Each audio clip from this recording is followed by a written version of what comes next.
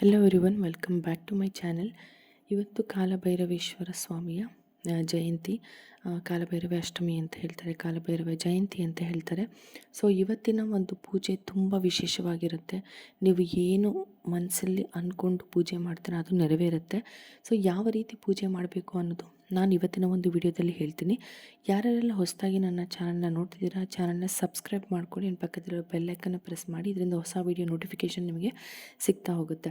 And ನಮ್ಮ ಮನೆ ದೇವ್ರು ಬಂದುಬಿಟ್ಟು ಕಾಲಭೈರವೇಶ್ವರ ಸ್ವಾಮಿ, ಅಂದರೆ ಮದುವೆ ಆದಮೇಲೆ ಗಂಡನ ಮನೆ ದೇವರು ಕಾಲಭೈರವೇಶ್ವರ ಸ್ವಾಮಿ. ನನಗೆ ಅದಕ್ಕೆ ಮುಂಚೆ ನಾನು ಅಂದರೆ ಹೋಗಿದ್ದೀನಿ, ದೇವಸ್ಥಾನಕ್ಕೆಲ್ಲ ಹೋಗಿದ್ದೆ, ಬಟ್ ಕನೆಕ್ಟ್ ಅಂತ ಆಗಿದ್ದು ಮದುವೆ ಆದಮೇಲೆ. ಆ್ಯಂಡ್ ಪವರ್ ನಿಜವಾಗ್ಲೂ ಗೊತ್ತಾಗಿದ್ದು ನಮಗೆ ಒಂದು ನಾವು ಈಗ ಇರೋ ಅಂಥ ಮನೆ ಹುಡುಕುವಾಗ ನಮಗೆ ಜೊತೆಲಿ ಕಷ್ಟ ಅಂತ ಬಂದಾಗ ನಿಜವಾಗ್ಲೂ ನಾನು ಅಲ್ಲಿವರೆಗೂ ಕೂಡ ನಾನು ತುಂಬ ಮನಸ್ಸಿಂದ ಪೂಜೆ ಮಾಡಿದ್ದು ಅಥವಾ ನೆನೆಸಿರೋದು ಆ ಥರ ಇಲ್ಲ. ಯಾಕಂದರೆ ಮುಂಚೆ ಗೊತ್ತೂ ಆಗಿರಲಿಲ್ಲ ಜಾಸ್ತಿ.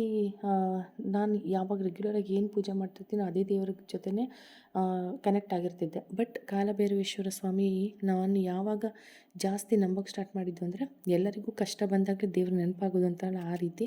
ಆದರೆ ನನಗೇನೆಂದರೆ ಮನೆಯಲ್ಲಿ ಕಷ್ಟ ಇತ್ತು, ಜೊತೆಲಿ ನಾವು ಮನೆ ಕೂಡ ಶಿಫ್ಟ್ ಮಾಡಬೇಕು ಅಂದ್ಕೊಂಡಿದ್ವಿ. ಅದೇ ಟೈಮ್ನಲ್ಲಿ ನಮಗೆ ಒಂದು ಮನೆ ಒಂಥರ ಮಿರಾಕ್ಯುಲಸ್ ಆಗಿ ಸಿಕ್ಕಿದ್ದು ಅಂತಲೇ ಹೇಳ್ಬೋದು. ಈ ಖಾಲಿ ಮಾಡೋ ಯಾರೋ ಅವರು ಇದೇ ಐಡಿಯಾನೇ ಇಲ್ಲದೆ ಇದ್ದವರು, ನಾವು ಈ ಮನೆ ನೋಡಿ ನಮಗೆ ಇಷ್ಟ ಆಗಿತ್ತು, ಬಟ್ ಅವ್ರು ಡೌಟಲ್ಲಿ ಇದ್ರಲ್ಲ, ಖಾಲಿ ಆದರೆ ಒಳ್ಳೇದಿರ್ತಿತ್ತು ಅಂತ ಅಂದ್ಕೊಂಡ್ವಿ. ಸೊ ಆ ಟೈಮಲ್ಲಿ ಮನೆ ಸಿಕ್ತು. ಬಟ್ ಅಷ್ಟೊತ್ತಿಗೆ ನಮಗೆ ಇನ್ನೊಂದು ಏನಾಗಿತ್ತು ಅಂದರೆ ಪ್ರಾಬ್ಲಮ್, ದುಡ್ಡಿಂದು ತುಂಬ ಅವಶ್ಯಕತೆ ಇತ್ತು, ದುಡ್ಡಿನ ತುಂಬ ಪ್ರಾಬ್ಲಮ್ ನಡೀತಾ ಇತ್ತು. ಸೊ ಈ ಮನೆಗೆ ಶಿಫ್ಟ್ ಆದಮೇಲೆ ನಾನು ಕೇಳ್ಕೊಂಡಿದ್ದು ಕಾಲಭೈರವೇಶ್ವರ ಸ್ವಾಮಿಗೆ, 8 ವಾರ ನಿಮ್ಮ ವ್ರತ ನಾನು ಮಾಡ್ತೀನಿ, ನನಗೆ 8 ವಾರದಲ್ಲಿ ನಮ್ಮ ಫೈನಾನ್ಷಿಯಲಿ ನಮಗೆ ಚೆನ್ನಾಗಾಗಬೇಕು. ನಮಗೇನೆಂದರೆ ನಾನು ಹೇಳೋದು, ಕೆಲಸ ಮಾಡದೆ ಯಾರಿಗೂ ಕೂಡ ದುಡ್ಡು ಸಿಗಲ್ಲ, ಕೆಲಸ ಕೂಡ ಮಾಡ್ತೀವಿ, ಜೊತೆಯಲ್ಲಿ ಅದರ ತಕ್ಕನಾಗೆ ನಮಗೆ ನಮ್ಮ ಶ್ರಮಕ್ಕೆ ಫಲ ಸಿಗಬೇಕು ಅಂತ. ಸೊ ಆವಾಗ ನಮ್ಮ ಅಂಗಡಿಲಿ ಬಿಸ್ನೆಸ್ ಕೂಡ ಚೆನ್ನಾಗಿ ಆಗಕ್ಕೆ ಸ್ಟಾರ್ಟ್ ಆಯಿತು. ನಾನು ವ್ರತ ಸ್ಟಾರ್ಟ್ ಮಾಡಿದ್ಮೇಲೆ, ಜೊತೆಲಿ ನಾನು ಫಸ್ಟ್ ಟೈಮ್ ಜಾಬ್ ಹೋಗಿದ್ದು. ನಮ್ಮ ಜಾಬ್ ಹೋಗೋಕ್ಕೆ ಸ್ಟಾರ್ಟ್ ಮಾಡಿದ್ಮೇಲೆ ಜೊತೆಲಿ ಇನ್ಕ್ರಿಮೆಂಟ್ ನಮ್ಮ ಅಂಗಡಿಯಲ್ಲೂ ಕೂಡ ಚೆನ್ನಾಗಿ ಬಿಸ್ನೆಸ್ ಆದಮೇಲೆ ಪ್ರತಿಯೊಂದರಿಂದ ನಮಗೆ ಇನ್ಕಮ್ ತುಂಬ ಚೆನ್ನಾಗಾಗೋಕ್ಕೆ ಸ್ಟಾರ್ಟ್ ಆಯಿತು. ಸೊ ಮನೆ ದೇವರು ಯಾವತ್ತೂ, ನಾವು ಯಾವುದೇ ದೇವ್ರ ಪೂಜೆ ಮಾಡಿದ್ರೂ ಸರಿ, ಬಟ್ ಮನೆ ದೇವ್ರ ಪೂಜೆ ಯಾವತ್ತೂ ನಿಲ್ಲಿಸಬಾರ್ದು, ಬಿಡಬಾರ್ದು. ನೀವು ಅಂದರೆ ನಾವು ವರ್ಷಕ್ಕೊಂದ್ಸರಿ, ಆವಾಗಿಂದನೂ ಅಷ್ಟೇ, ವರ್ಷಕ್ಕೊಂದ್ಸರಿ ದೇವಸ್ಥಾನಕ್ಕೆ ಹೋಗ್ತೀವಿ. ಅಪ್ಪಿತಪ್ಪಿ ಮತ್ತೆ ಇನ್ನೊಂದು ಸರಿ ಯಾವಾಗಾದ್ರೂ ಆ ಊರ ಹತ್ತತ್ರ ಹೋದರೂ ಕೂಡ ಮತ್ತೆ ದೇವಸ್ಥಾನಕ್ಕೆ ಹೋಗಿ ಬರ್ತೀವಿ. ತುಂಬ ಅಂದರೆ ತುಂಬ ನಂಬ್ತೀನಿ, ತುಂಬ ನಂಬಿಕೆ ಇದೆ, ನಿಜವಾಗ್ಲೂ ಭಕ್ತಿ ಇದೆ.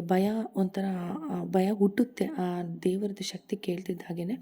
ಸೊ ನೀವೇನು ಮಾಡಬೇಕಾಗಿಲ್ಲ. ಭಾನುವಾರ ನೀವು ಇವಾಗ ನಾಳೆಯಿಂದ ಕೂಡ ನೀವು ಸ್ಟಾರ್ಟ್ ಮಾಡ್ಬೋದು, ಅಥವಾ ನಾಳೆ ಒಂದು ದಿವಸ ಕೂಡ ನೀವು ಮಾಡಿ, ಫಸ್ಟು ನಿಮಗೆ ಗೊತ್ತಾಗುತ್ತೆ. ಇಲ್ಲ ಅಮಾವಾಸ್ಯೆ ದಿವಸ ನೀವು ಕಾಲಭೈರವೇಶ್ವರ ಸ್ವಾಮಿ ಪೂಜೆ ಮಾಡ್ಬೋದು. ಏನಂದರೆ ಪ್ರತಿ ಭಾನುವಾರ ನಾನು ಮಾಡ್ತಿದ್ದೆ, 8 ಭಾನುವಾರ ಮಾಡಿದೆ. 8 ಭಾನುವಾರ ಹೇಗೆ ಅಂತಂದರೆ, ನಾರ್ಮಲಾಗಿ ಬೆಳಗ್ಗೆ ತಲೆ ಸ್ನಾನ ಮಾಡಿಕೊಂಡು ದೇವರಿಗೆ ನೈವೇದ್ಯ ಇಡ್ತಾಯಿದ್ದೆ. ನಾನು ಬರೀ ಅನ್ನ ನೈವೇದ್ಯ ಇಡ್ತಾಯಿದ್ದೆ, ಬೇರೆ ಏನೂ ಮಾಡ್ತಾಯಿರಲಿಲ್ಲ. ಬರೀ ಅನ್ನನ ನೈವೇದ್ಯ ಇಟ್ಬಿಟ್ಟು ದೇವರಿಗೆ ಬೇಡ್ಕೊಳ್ತಾ ಇದ್ದೆ, ನಮ್ಮ ಕಷ್ಟಗಳೆಲ್ಲ ಆದಷ್ಟು ಬೇಗ ಪರಿಹಾರ ಆಗಲಿ, ನಮಗೆ ಈ ಥರ ಒಂದು ಪ್ರಾಬ್ಲಮ್ ಇದೆ, ಅದಕ್ಕೆ ಸೊಲ್ಯೂಷನ್ ತೋರಿಸಪ್ಪ ಅಂತ ಎಲ್ಲ ತುಂಬ ಇದರಲ್ಲಿ ಕೇಳಿಕೊಂಡು. ನಿಜವಾಗ್ಲೂ ಆ ಟೈಮಲ್ಲಿ ಒಂದು ಸ್ವಲ್ಪ ನಮಗೆ ಅಂದರೆ ಬೇರೆ ಥರ ಫೈನಾನ್ಷಿಯಲಿ ಪ್ರಾಬ್ಲಮ್ ಅನ್ನೋದಕ್ಕಿಂತ ಆ ಪ್ರಾಬ್ಲಮ್ಮೇ ಒಂಥರ ವಿಚಿತ್ರವಾಗಿತ್ತು. ಸೊ ಆ ಥರ ಕಷ್ಟದಲ್ಲಿದ್ದಾಗ ದೇವರಿಗೆ ನಾನು 8 ವಾರ ಮಾಡಿದ್ದು ಎಷ್ಟು ಮಿರಾಕಲ್ ನನ್ನ ಲೈಫಲ್ಲಿ ನಡೀತು ಅಂದರೆ, ನಿಜವಾಗ್ಲೂ ಅವತ್ತಿಂದ ಇದುವರೆಗೂ ನಾನು ಹೇಳ್ತೀನಲ್ಲ, ದುಡ್ಡಿನ ಕೊರತೆ ನಾನು ದೇವ್ರ ಮೊರೆ ಹೋದ್ಮೇಲೆ ಯಾವತ್ತೂ ಕಮ್ಮಿ ಆಗಿಲ್ಲ.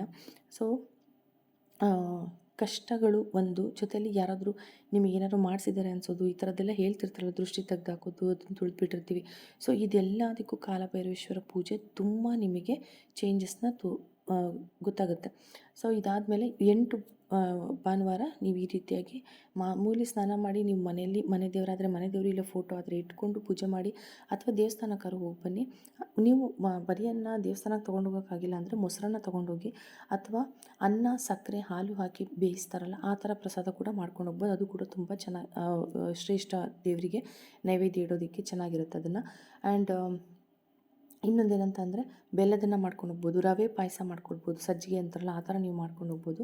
ಬಿಟ್ಟರೆ ಈ ನಾರ್ತ್ ಕಡೆ ಎಲ್ಲ ಕಾಲಭೈರವೇಶ್ವರ ದೇವಸ್ಥಾನಕ್ಕೆ ಮಧ್ಯದಲ್ಲಿ ಅಭಿಷೇಕ ಅಂದರೆ ಡ್ರಿಂಕ್ಸ್ ಅದರಲ್ಲಿ ಅದನ್ನು ಅರ್ಪಿಸೋದೆಲ್ಲ ಮಾಡ್ತಾರೆ.